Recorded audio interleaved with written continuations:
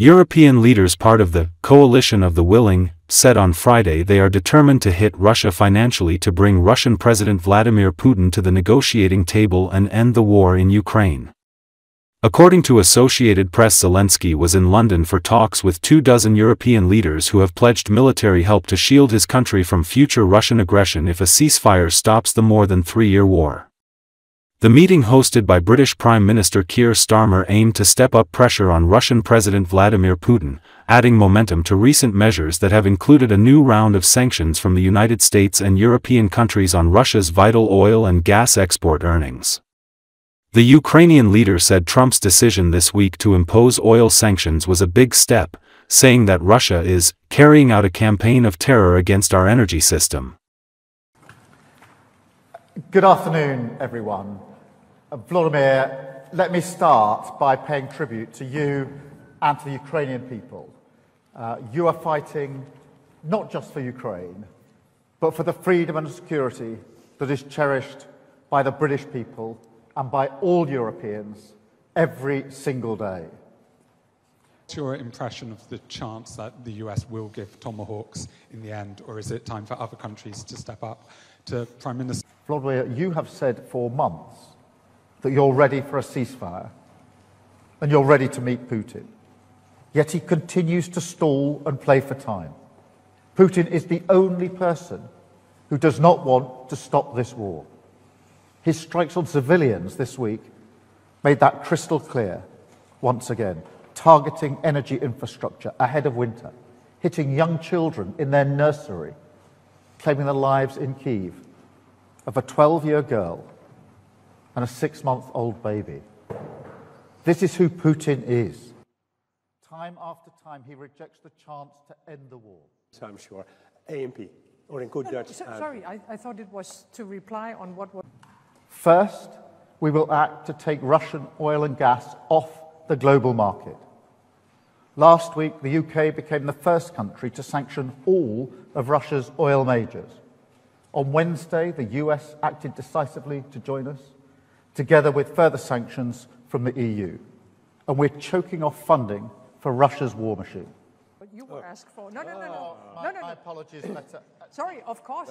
Danmarks Radio. Yeah. We all see the challenges these days, and the Russians are carrying out a campaign of terror against our energy system, and they really want to make the winter cold a tool of torment and pressure on Ukraine, our people, and on our defense.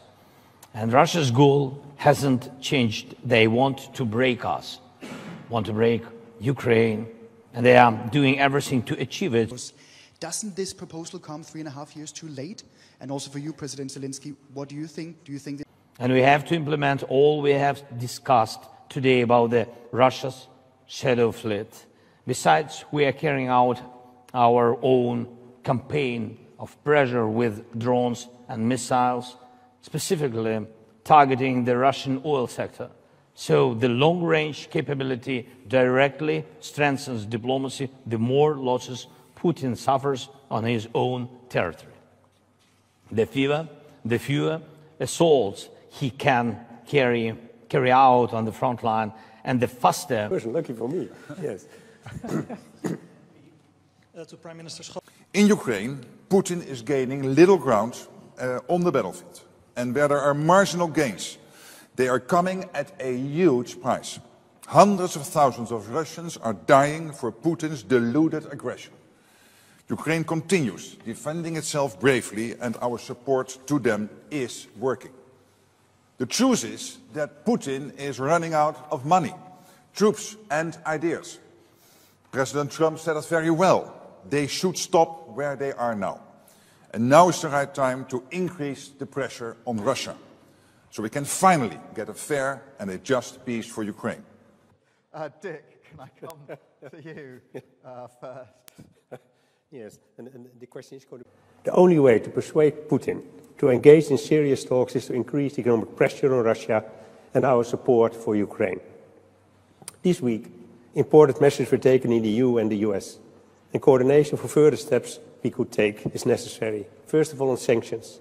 It would be good if the EU were to copy the US-UK sanctions against Lukoil and Rosneft. We must also do more to dismantle the shadow fleet systems, and the Netherlands will take its part when it comes to the North Sea.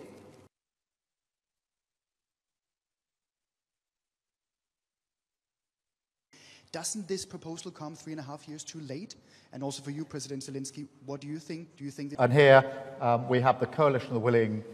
Today you had the EU yesterday, but we are all working with President Trump, and therefore we are all working as one wider coalition here in relation to the support we need to put in for Ukraine.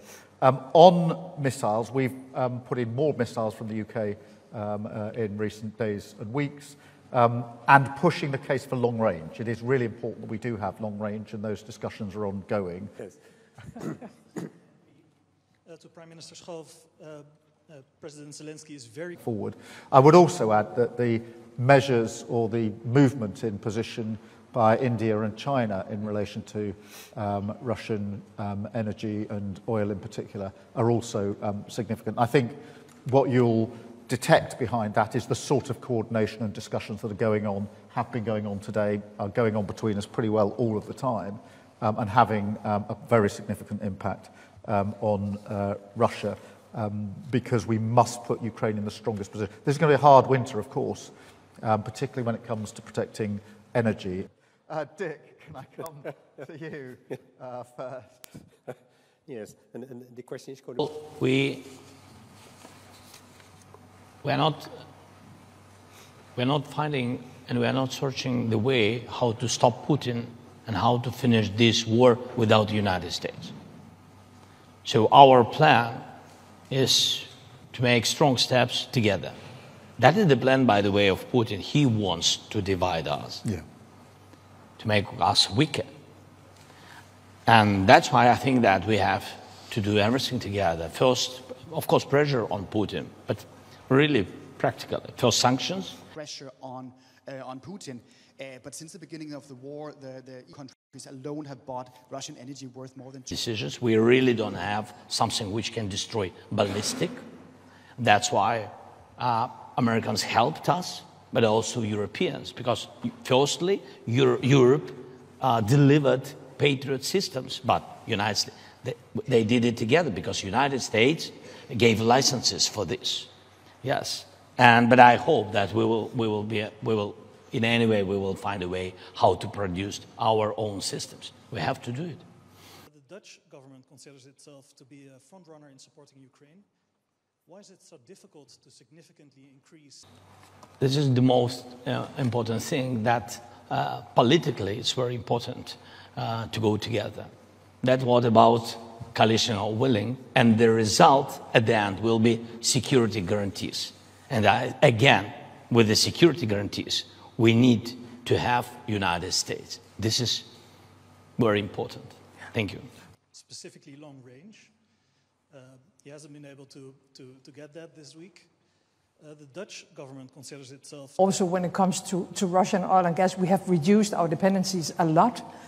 But of course, all what we want to do is to ensure that Russia's economy is weakened, and that we put Ukraine in a strong position as possible. So I'm happy about the sanctions. I'm happy about the decisions we made only a few days ago to get totally out of Russian oil and gas. That was a very important decision. And now we simply have to continue. And we need to go off in a reverse order. Right.